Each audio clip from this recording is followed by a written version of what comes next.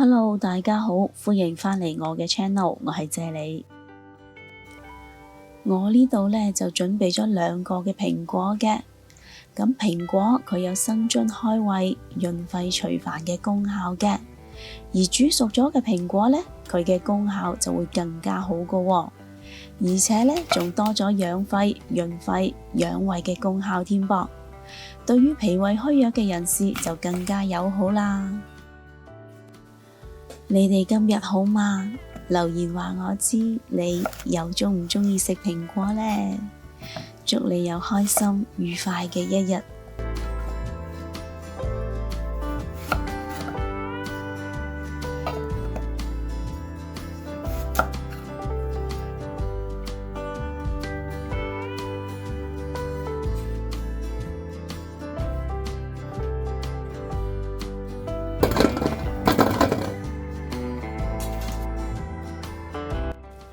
屬性平和又有養肝明目、化痰止咳嘅紅蘿蔔，我呢度呢會用1條嘅，亦都因為佢嘅味道好清甜啦，所以呢我煲湯經常都會用到紅蘿蔔㗎。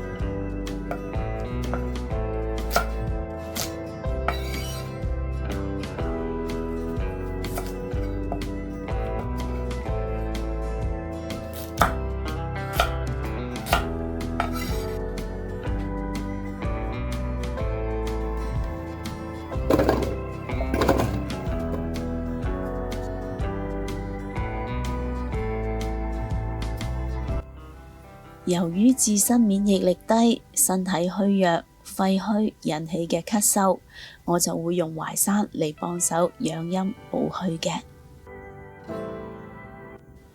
我會將呢一個湯嘅食譜寫咗喺影片嘅最後。如果各位有興趣煲呢一個湯嘅話，請你將影片睇到最後就可以一目了然㗎啦。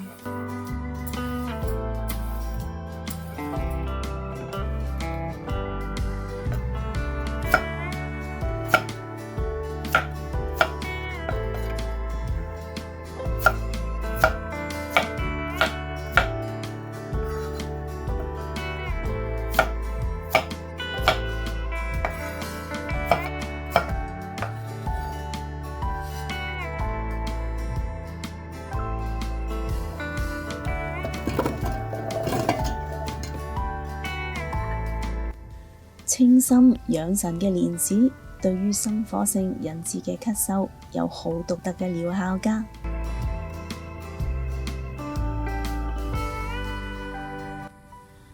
有水中人參之稱嘅慈實，根據實驗證明，佢可以有效地修補胃黏膜嘅。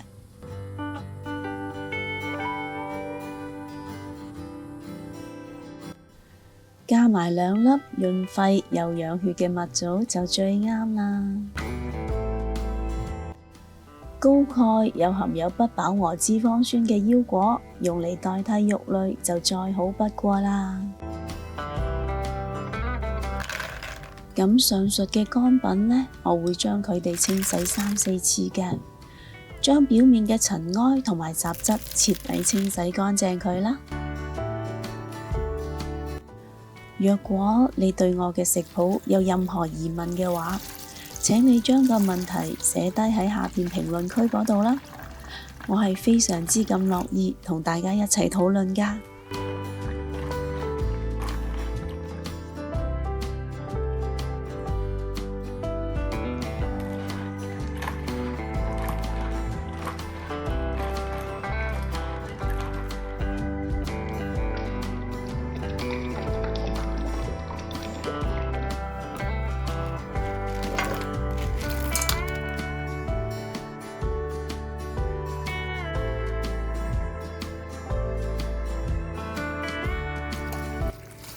咁今日呢，我就會用明火嚟煲湯嘅，所以呢，我會加入3至3.5左右嘅清水落個湯煲度啦。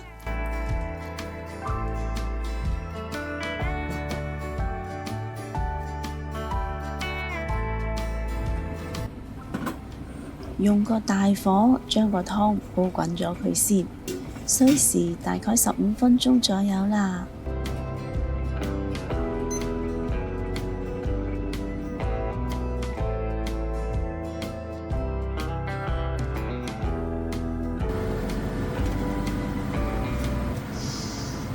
哇，個湯啱啱煲滾咋，我就已經聞到好香嘅蘋果香味啦。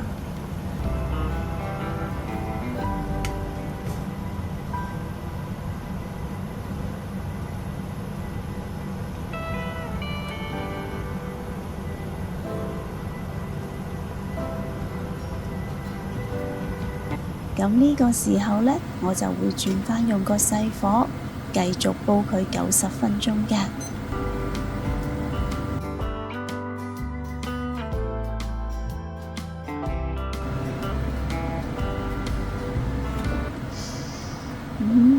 好香啊！呢個湯充滿咗濃濃嘅果香味啦，而湯水呢，就已經變成咗奶白色嘅。就好似瓊漿玉液一樣咁誘人㗎。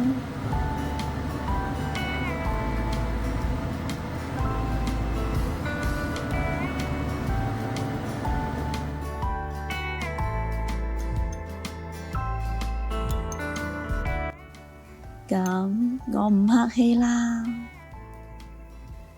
啲蘋果呢已經煲到變咗蘋果蓉啦。啖湯飲落呢，亦都係好濃郁、好香醇嘅，而味道呢，係十分之鮮甜㗎喎，真係令人回味無窮㗎。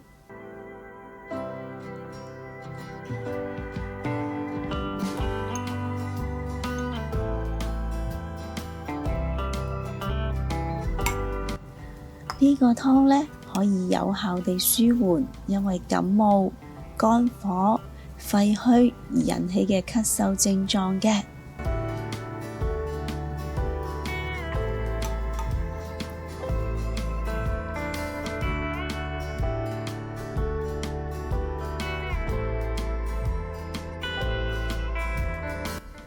不如今晚你都試下煲呢一個咁好味又養生嘅湯水啦。同埋 share 個食譜俾你身邊有需要嘅朋友啦。若果你都鍾意我嘅食譜，請你俾 like 同埋留言話我知啦。記得訂閱我嘅 channel， 順便撳埋隔離個鐘仔啊！多謝晒你哋嘅收睇，我哋下一個食譜再見啦，拜拜。